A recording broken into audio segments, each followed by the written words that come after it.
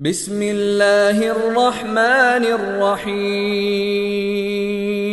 الحمد لله رب العالمين الصلاة والسلام على رسوله الأمين وعلى آله وصحابه الطيبين الطاهرين ومن تبعهم بإحسان إلى يوم الدين أما بعد. وقال الله تعالى في القرآن الكريم: أعوذ بالله من الشيطان الرجيم، بسم الله الرحمن الرحيم. إن الله يأمر بالعدل والإحسان وإيتاء ذي القربى وينهى عن الفحشاء والمنكر والبغي يعظكم لعلكم تذكرون. وقال رسول الله صلى الله عليه وسلم: الدنيا مزرعة الآخرة. صدق الله وصدق رسول الله صلى الله عليه وسلم. பேரன்பும் பெரும் கருணையும் கொடிமிக்க பேருபகாரி அல்லாஹ்விற்கே கோடான கோடி புகழ்.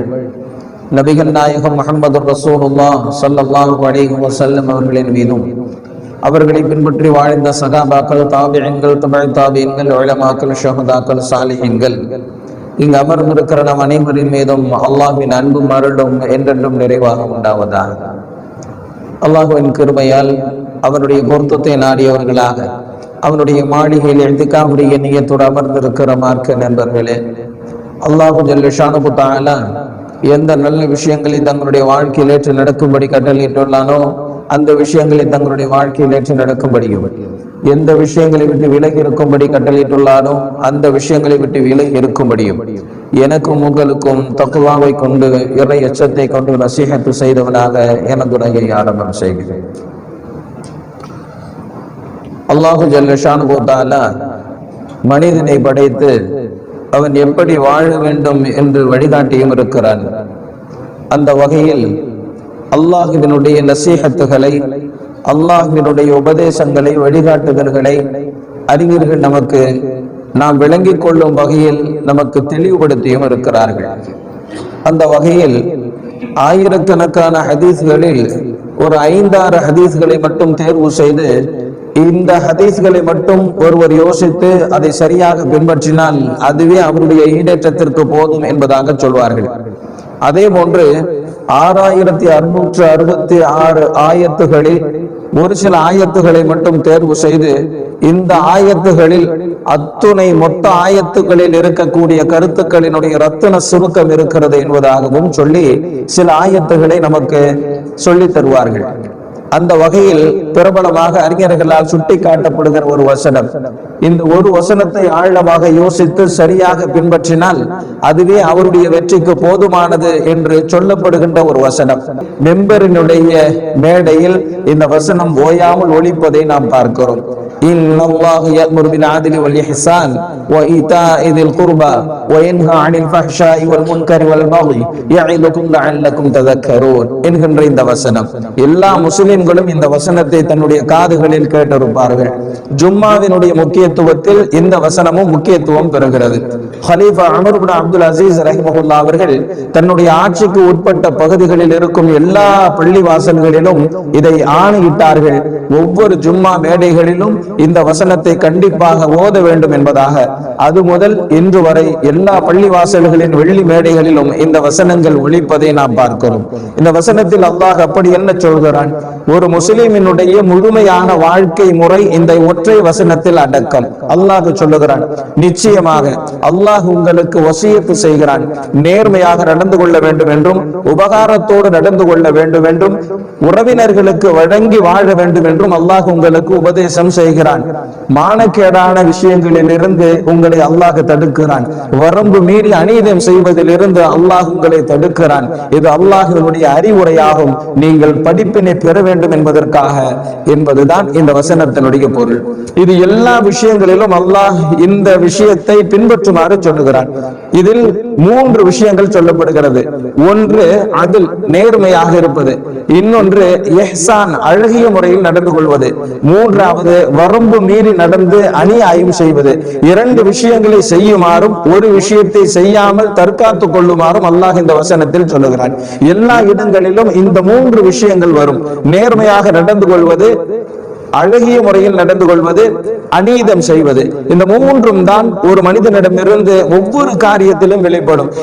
எதில் நீங்கள் கூடுதல் கவனத்தோடு முக்கியத்துவத்தோடு ஈடுபட வேண்டும், எதிலிருந்து உங்களை நீங்கள் தற்காத்துக் கொள்ள வேண்டும் என்பதைத்தான் அல்லாஹ் இங்கே சொல்லுகிறான். தானும் எதையும் விட்டுக் கொடுக்கவில்லை, அடுத்தவர்களிடமிருந்து எதையும் நான் அபகரித்துக் கொள்ளவும் இல்லை, நேர்மையாக நடந்து கொள்வது, இதற்கு அதில் என்று சொல்லப்படும். இஹ்சான், தனக்கு சேர வேண்டியதை விட்டு கொடுத்து அடுத்தவர்களுக்கு கொஞ்சம் கூடுதலாகவே உபகாரம் செய்வது, இதற்கு இஹ்சான் என்பதாக சொல்லப்படும்.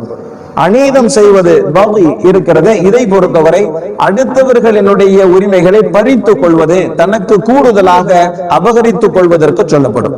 அல்லாஹ் இந்த மூன்று விஷயங்களை சொல்லுகிறான்.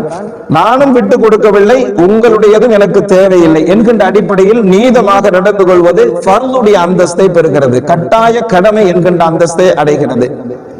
தனக்கு உள்ளதை கொஞ்சம் விட்டு கொடுத்து அடுத்தவர்களிடத்தில கூடுதலாக கொடுத்து அழகிய முறையில் நடந்து கொள்வது இருக்கிறது, இது விரும்ப தகுந்த நிலையை அடைகிறது.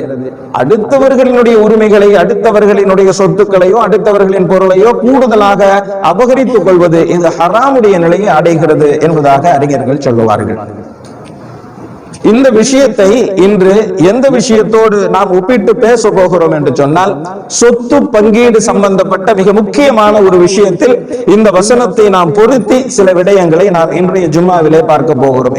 சொத்து பங்கீடு விஷயத்தில் பொதுவாக நடைபெறுகிற ஒரு சில தவறுகளை சுட்டிக்காட்டி அதை சரி செய்து கொள்ள வேண்டும் என்பதே இந்த ஜும்மாவினுடைய நோக்கம்.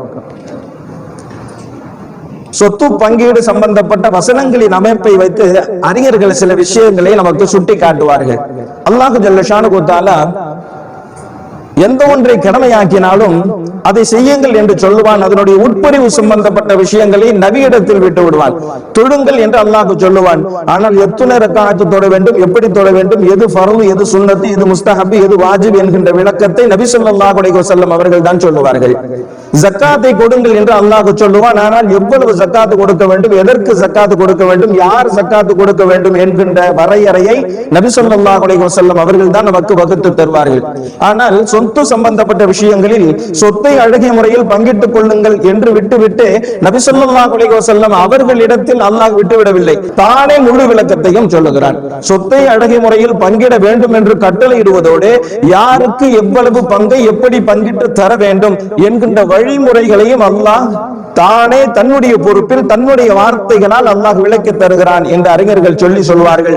மற்றவைகளை விட கூடுதல் அந்தஸ்தை இந்த சொத்து பங்கீடு என்பது பெறுகிறது என்பதாக சொல்வார்கள். இன்னும் அந்த வசனங்களின் அமைப்பை வைத்து இப்படி சொல்லுவார்கள். சொத்து பங்கீடு சம்பந்தப்பட்ட மிக முக்கியமான 3 வசனங்களை அல்லாஹ் முடிக்கிற போது இப்படி சொல்லுவான். தான் உங்கள் அனைவரை விட அதிகம் அறிந்தவன், நான் தான் நுட்பமானவன் என்கின்ற வார்த்தையோடு அல்லாஹ் முடிப்பான். ஃபரீதத்தம் மினல்லாஹ் இன்னல்லாஹ கான அலீமன் ஹகீமா என்பதாக சொல்லுவான். வஸியத்தம் மினல்லாஹ் வல்லாஹு அலீமுன் ஹகீம் என்பதாக சொல்லுவான். யுபய்யினுல்லாஹு லக்கும் மன் ததில்லு வல்லாஹு பிகுல்லி ஷைஇன் அலீம் என்பதாக முடிப்பான். தான் அதிகம் அறிந்தவன், உங்களை விட அதிகம் நுட்பமானவன் நான் என்று சொல்லித்தான் அல்லாஹ் அந்த வசனங்களை நிறைவு செய்கிறான். இதிலிருந்து அறிஞர்கள் சொல்லுவார்கள், எவ்வளவு யோசித்தாலும் சரி அல்லாஹ் தான் அறிந்தவன். அவன் எதை யாருக்கு எவ்வளவு பங்கிட்டு தர வேண்டும் என்று சொல்லுகிறானோ அதில் நீங்கள் எவ்வளவு தூரம் ஆய்வு செய்தாலும் குறை காணவே முடியாது. ஏனென்று சொன்னால் அனைத்தையும் அறிந்தவன் அல்லாஹ் என்பதாக அறிஞர்கள் சுட்டித் தருவார்கள். இதுவெல்லாம் சொத்து பங்கீடு எவ்வளவு தூரம் முக்கியத்துவம் பெறுகிறது என்பதை உணர்ந்து கொள்வதற்காக வேண்டி சுட்டிக்காட்டப்படுகின்ற அம்சங்கள். சரி, இந்த சொத்து பங்கீடு விஷயத்திலும் இந்த வசனங்களை அப்படியே பின்பற்ற வேண்டும். அதில் ஒன்று என்ன? அதில் நியாயமாக நேர்மையாக பங்கீடு செய்வது. அதாவது எதையும் நான் விட்டு தரவும் மாட்டேன், அடுத்தவர்களிடமிருந்து எதையும் அபகரித்துக் கொள்ளவும் மாட்டேன். இதில் சரியாக இருக்க வேண்டும். இன்னொரு பகுதி இருக்கிறது, என்னது கொஞ்சம் குறைஞ்சு போனாலும் பரவாயில்லை, அவர் கொஞ்சம் கூடுதலாக எடுத்துக்கொண்டாலும் அல்ஹம்துலில்லாஹ் என்று சொல்லி விட்டு தந்து சொத்தை பங்கீடு செய்வது, இது மிகவும் விரும்பத்தகுந்தது. மூன்றாவது, அடுத்தவர்களிடமிருந்து தான் அபகரித்துக் கொள்வது, இது அநீதம் செய்வது, இது ஹராம் என்கின்ற நிலையில் அறிஞர்கள் சொல்லுகிறார்கள். சரி, நம்மிடத்தில் எங்கெங்கு தவறு நடக்கிறது என்பதை கொஞ்சம் சுட்டிக்காட்டித்தான் ஆக வேண்டும். முதலாவது விஷயம் இஹ்சான். அல்லாஹ் குர்ஆனிலே சொல்லுகிறான், وَإِذَا حَضَرَ الْقِسْمَةَ أُولُو الْقُرْبَى وَالْيَتَامَى وَالْمَسَاكِينُ فَارْزُقُوهُم مِّنْهُ وَقُولُوا لَهُمْ قَوْلًا مَّعْرُوفًا. அல்லாஹ் சொல்லுகிறான், நீங்கள் சொத்தை பங்கீடு செய்கிற நேரத்திலே உங்களுடைய உறவுகள் வந்து விட்டார்கள், அனாதைகள் வந்து விட்டார்கள், ஏழை எளிய மக்கள் வந்து விட்டார்கள் என்று சொன்னால் ஃபர்ஸுகூஹும் மின்ஹு, அதிலிருந்து கொஞ்சத்தை அவர்களுக்கும் தாருங்கள். வகூலு லஹும் கௌலம் மஅரூஃபா, தர முடியவில்லை என்று சொன்னால் கூட அழகான வார்த்தையை கொண்டு அவர்களுக்கு பதிலளியுங்கள் என்பதாக அல்லாஹ் சொல்லுகிறான். இது இஹ்சான். அவருக்கு சொத்தில் பங்கே கிடையாது, ஆனால் கொஞ்சம் எதிர்பார்க்கிறார். ஏனென்றால் அவர் வசதி இல்லாமல் இருக்கிறார், இயலாமல் இருக்கிறார், தேவையுடையவராக இருக்கிறார், உறவாக இருக்கிறார், எல்லா வகையிலும் உறுதுணையாக காலம் முழுக்க இருந்திருக்கிறார். எனவே அவருக்கும் கொஞ்சம் தாருங்கள் என்பதாக அல்லாஹ் சொல்லுகிறான். இது இஹ்சான் என்கின்ற ஒரு நிலை. அவருக்கு பங்கே கிடையாது, ஆனாலும் கூட அவருடைய நிலையை கருதி அவருக்கு தந்து உதவுவது, இந்த இஹ்சான் என்கின்ற நிலை உங்களுக்கு இருக்கட்டும் என்பதாக அல்லாஹ் சொல்லுகிறான். இன்னொரு இஹ்சான் என்கின்ற ஒரு அங்கம் இருக்கிறது. என்ன தெரியுமா? தகப்பனார் சொத்தை விட்டுட்டு போயிருப்பாரு, வயதான நிலையில இருந்திருப்பாரு, இயலாமல் கூட இருந்திருப்பாரு. அவருடைய மூத்த மகன் என்ன செஞ்சிருப்பாரு? குடும்பத்தினுடைய எல்லா பொறுப்புகளையும் அவர் தான் பார்த்திருப்பாரு. தங்கச்சிங்களை பூரா கட்டி கொடுத்திருப்பாரு, தம்பிங்களை பூரா படிக்க வச்சிருப்பாரு, தகப்பனாருக்கு எல்லா வகையிலும் உதவி ஒத்தாசையா இருந்திருப்பாரு. அடுத்தடுத்த பிள்ளைங்களா சின்ன பிள்ளைங்க, அவங்க குடும்பத்திற்கு பெரிய அளவுல பங்காற்றி இருக்க மாட்டாங்க. இந்த நிலையில தகப்பனார் மூத்தா போயிட்டாரு. அப்ப மூத்தவர் என்ன நிலையில இருப்பாரு? ரொம்ப வயதாகி போயிருப்பார் இல்லையா? இந்த மாதிரி ஒரு நிலையில சொத்தை பங்கீடு செய்யும் போது எப்படி சட்டம் வரும் என்று சொன்னால், ஆணுக்கு 2 பங்கு, பெண்ணுக்கு 1 பங்கு, இதுதான் சட்டம். ஆனால் இங்கே இஹ்சானோடு நடந்து கொள்ள வேண்டும். எப்படி? அவருடைய தியாகம், அவர் இந்த குடும்பத்திற்காக உழைப்பிற்கு முக்கியத்துவம் தந்து கொஞ்சம் கூடுதலாக அவருக்கு விட்டு தருவது. ஏனென்று சொன்னால் அவர் குடும்பத்துக்காக வேண்டிய நல்லா செஞ்சிருக்காரு இல்லையா? தகப்பனுடைய எல்லா பொறுப்புகளையும் அவர் தானே நிறைவேற்றினாரு, பிள்ளைங்களை பூரா கரை சேர்த்தாரு, படிக்க வச்சாரு, எல்லா வகையிலும் இந்த குடும்பத்திற்காக வேண்டி உழைச்சிருக்கிறார் இல்லையா? அதனால அந்த கணக்கு கரெக்டா பார்க்காம கொஞ்சம் கூடுதலா கொடுக்கிறது, இது இஹ்சான். இப்படி நடந்து கொள்ளுங்கள் என்பதாக மார்க்கம் சொல்லுகிறது. இன்னொரு அமைப்பும் இருக்குது. என்ன அப்படின்னு சொன்னா, அண்ணன் தம்பிங்க அக்கா தங்கச்சிங்க சொத்தை பங்கு போடுற நேரத்துல ஒரு குறிப்பிட்ட 1-2 பேர் மட்டும் ரொம்ப சிரமத்துல இருப்பாங்க, ரொம்ப கஷ்டத்துல இருப்பாங்க, இயலாமல் இருப்பாங்க. இந்த மாதிரி அவர் குடும்பம் நொடித்து போய் இருக்கிறத பார்த்துட்டு அதை கருத்தில் கொண்டு கொஞ்சம் கூடுதலாக சொத்து கொடுக்கிறது. பொம்பளை பிள்ளையா வச்சிருக்கிறாரு, நிறைய செலவு செய்ய வேண்டியது இருக்குது, நிறைய கடமையாற்ற வேண்டியது இருக்குது, கொஞ்சம் கொடுப்போம் கூடுதலா அப்படின்னு சொல்லி அவருக்கு என்ன செய்யறது? கொஞ்சம் கூடுதலாக விட்டு கொடுக்கிறது. இது இஹ்சான் என்கின்ற ஒரு நிலை. இதுவும் மார்க்கத்திலே விரும்பத்தகுந்த ஒரு நிலை. விட்டு கொடுத்து சொத்துக்களை எடுத்துக் கொள்வது. சில நேரத்தில் எப்படி நடக்கும்? என்ன அப்படின்னு சொன்னா, ரொம்ப கேக் வெட்டுற மாதிரி கரெக்டா நம்ம சொத்தை பங்கு செய்ய முடியாது இல்லையா? ரொம்ப பெர்ஃபெக்ட்டா என்ன செய்ய முடியாது? சொத்தை பங்கீடு செய்ய முடியாது. ஒரு சில இடம் அமைந்திருக்கக்கூடிய பகுதியை பொறுத்து கொஞ்சம் கூடுதல் விலை உள்ளதாக இருக்கலாம். கொஞ்சம் அட்ஜஸ்ட் பண்ணி கொஞ்சம் விட்டு கொடுத்து தான் என்ன செய்ய முடியும்? சொத்தை பங்கீடு செய்ய முடியும். இந்த கோணத்துல பார்த்தா இது சரின்னு தெரியும், அந்த கோணத்துல பார்த்தா அது சரின்னு தெரியும். இந்த மாதிரி சொத்தை கொஞ்சம் விட்டு கொடுத்து பங்கீடு செய்ய வேண்டிய ஒரு நிலை ஏற்படுகிற போது அல்ஹம்துலில்லாஹ் அப்படி எடுத்துக்கிட்டோம். எது சிறந்ததோ, எது நல்லதாக இருக்கிறதோ அதை அவர் எடுத்துக் கொள்ளட்டும் என்று சொல்லி விட்டு கொடுப்பது, இதுவெல்லாம் இஹ்சான் என்கின்ற ஒரு நிலை. இந்த இஹ்சான் என்கின்ற நிலையை கொண்டு அறிஞர்கள் இப்படி சொல்லுகிறார்கள், இஹ்சானோடு நடந்து கொள்வதால் உலகத்தில் அன்பு பிறக்கும், அவருக்கு பரக்கத்து ஏற்படும். இவ்வாறு விட்டு கொடுத்து ஒருவர் சொத்தை பங்கீடு செய்து கொண்டார் என்று சொன்னால் அல்லாஹ் அவருடைய சொத்திலே பரக்கத்து செய்கிறான், உலகத்தில் அன்பு ஏற்படுகிறது என்பதாக அறிஞர்கள் சொல்லுகிறார். இரண்டாவது ஒரு நிலை அதில் நியாயமாக நடந்து கொள்வது. இந்த நியாயமாக நடந்து கொள்வதில் தவறு எங்கே நடக்கும் என்று சொன்னால், தகப்பனாரு செய்ய வேண்டிய கடமையை செய்யாம போயிருப்பார், வாங்கின கடனை நிறைவேற்றாம போயிருப்பார். அவர் விட்டுட்டு போன சொத்துல எடுத்து நியாயமான முறையில் அவருக்கு செய்ய வேண்டிய கடமையை, நமக்கு சொத்தை விட்டு சென்ற தன்னுடைய தகப்பனார் செய்ய வேண்டிய கடமையை அவருடைய பொருளாதாரத்தை கொண்டு ஈடு செய்வது என்பது ஒரு நியாயமான நிலை. இந்த நிலையில என்ன செய்யறது? ஒரு அலட்சிய போக்கு இருப்பதை நாம பார்க்கிறோம். ஹஜ் செய்யணும், செய்யாம போயிட்டாரு, அவருக்கு பகரமாக ஒரு ஹஜ்ஜை செய்து விடுவது, அல்லது தானே தன்னுடைய தந்தைக்காக வேண்டிய ஹஜ் செய்வது. நபி ஸல்லல்லாஹு அலைஹி வஸல்லம் அவர்கள் ஹஜ் செய்து கொண்டிருந்த நேரத்தில் ஒரு பெண்மணி கேட்கிறார், யா ரசூலல்லாஹ், என்னுடைய தகப்பனார் ஹஜ் செய்யல, நான் என்னுடைய தகப்பனாருக்காக வேண்டி ஹஜ் செய்யலாமா அப்படின்னு சொல்லி கேட்டாங்க. அப்ப நபி ஸல்லல்லாஹு அலைஹி வஸல்லம் அவங்க சொன்னாங்க, ஓ தாராளமாக செய்யலாமே, உன்னுடைய தந்தை வாங்கிய கடனை அடைக்காமல் சென்று விட்டால் நீ அந்த கடனை அடைப்பாய் அல்லவா, அது போன்றுதான் இதுவும், அவர் செய்யாத ஹஜ்ஜை நீ செய்யலாம் என்பதாக நபி ஸல்லல்லாஹு அலைஹி வஸல்லம் அவர்கள் சொன்னார்கள். அந்த அடிப்படையில் நம்ம என்ன செய்யலாம் அப்படின்னு சொன்னா, அவர் செய்யாத ஹஜ்ஜையோ அவர் செய்யாத உம்ராவையோ நாம் என்ன செய்யறது? அவருக்காக வேண்டி நிறைவேற்றுவது. அதே மாதிரி கடன் வாங்கியிருப்பாரு, செய்வாரு, அந்த கடனை கொடுக்க முடியாம போயிருக்கும். அந்த நேரத்தில் அந்த கடனை சரியான முறையில் நிறைவேற்றுவது இது பிள்ளைகளின் மீது கடமை. கடன் நிறைவேற்றப்பட்டதற்கு பிறகு, செய்யாத ஹஜ் நிறைவேற்றப்பட்டதற்கு பிறகுதான் சொத்தை பங்கிடுவதற்காக அமரவே வேண்டும் என்பதாக மார்க்கம் சொல்லுகிறது. அதை செய்வது. இன்னொன்னு இருக்குது, என்ன அப்படின்னு சொன்னா, தன்னுடைய தந்தைக்கு எல்லா வகையிலும் உதவி உபகாரமாக இருந்திருப்பாங்க. ஆனா கடன் போக்குவரத்து வேறு எந்த கொடுக்கல் வாங்கலும் இருக்காது. ஆனா எல்லா வகையிலும் தன்னுடைய தந்தையை அவரிடமிருந்து உதவி உபகாரத்தை பெற்றிருப்பார். இவரால் பிரதி உபகாரம் செய்ய முடியாத ஒரு நிலை இருக்கும். இவர் என்ன செஞ்சிருக்க மாட்டார், செய்யலாம்னு இருந்திருப்பாரு, ஆனா மூத்தா போயிட்டார்.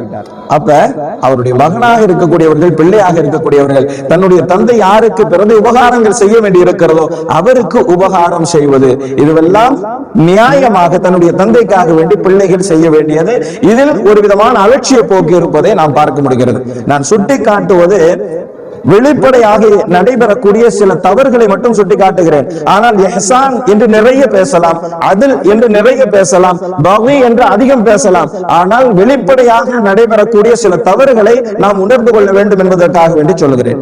பகி என்கின்ற ஒரு நிலை, அநீதம் செய்வது, சொத்துக்கள் பங்கிடுவதிலே அநீதம் செய்வது, இதையும் வெளிப்படையில் நாம் பார்க்கிறோம்.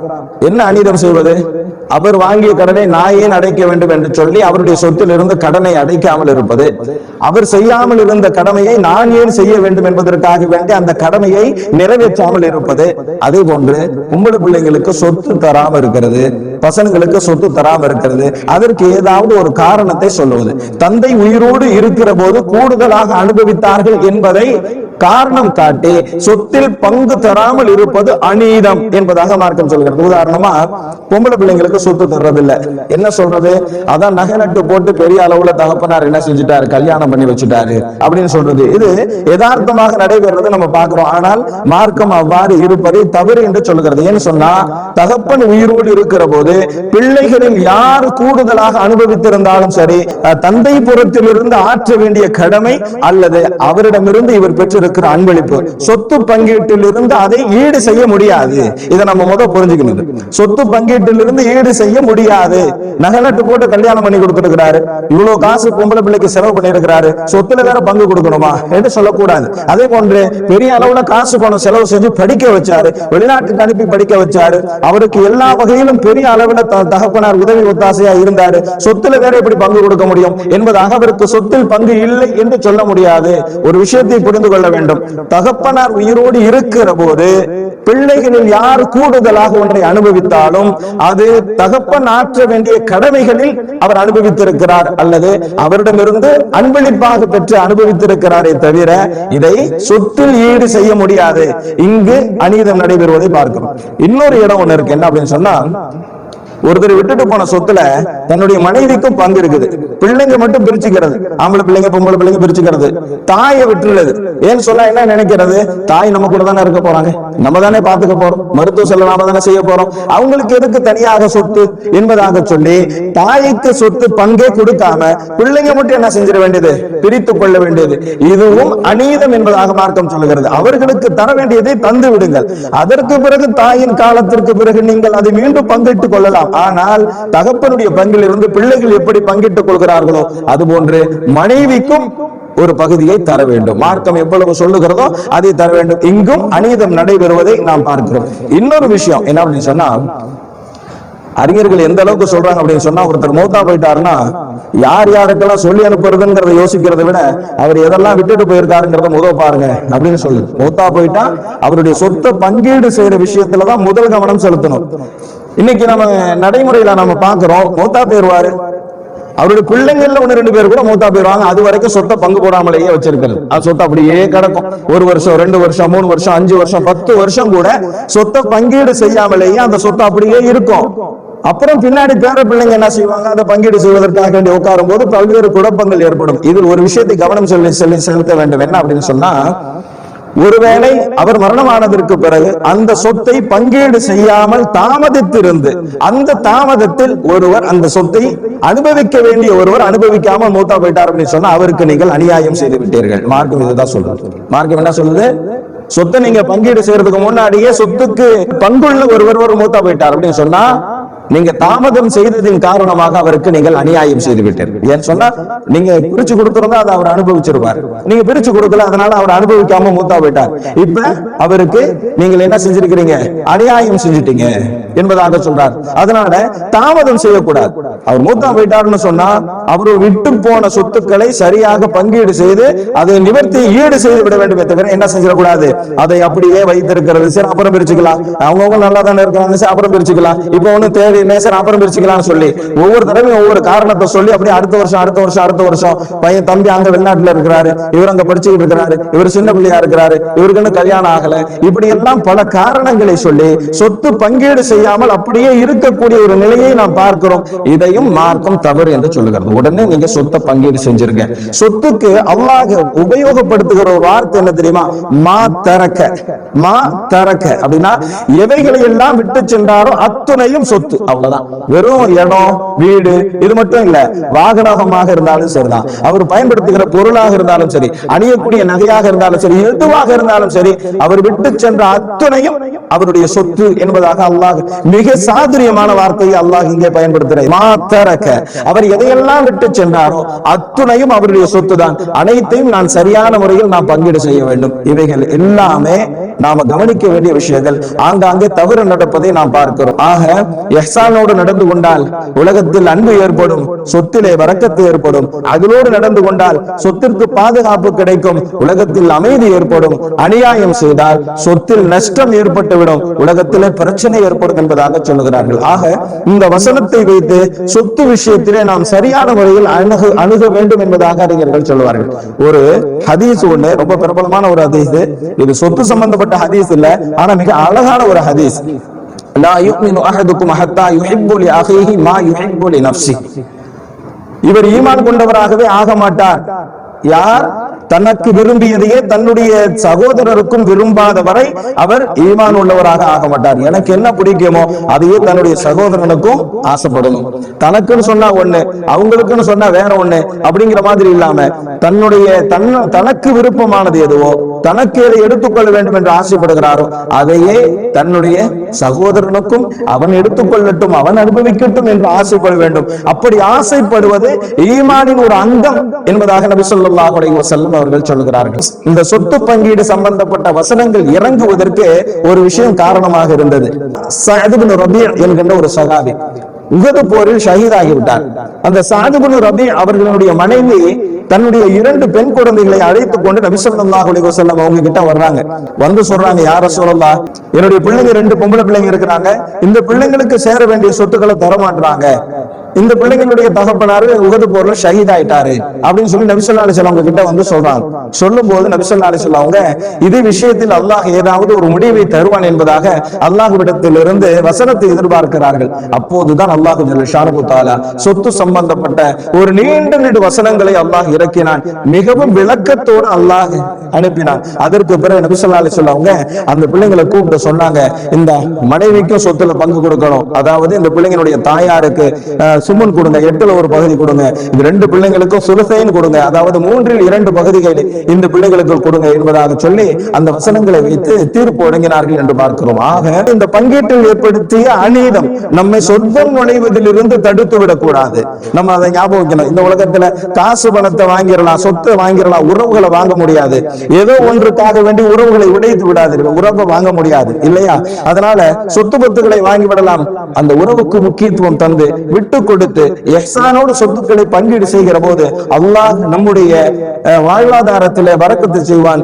ஆகிரு தஅவானா அல்ஹம்துலில்லாஹி ரப்பில் ஆலமீன். அஸ்ஸலாமு அலைக்கும் வரஹ்மத்துல்லாஹி வபரகாத்துஹு. பள்ளி முஸ்லிம் பராமரிப்பிற்காக காரணமாக உதவி செய்யுங்கள். அல்லாஹ் ஜல்ல ஷானஹு தஆலா நாம் செய்யக்கூடிய உதவிகளுக்கு நிரப்பமான நற்கூலியை வழங்குவானாக.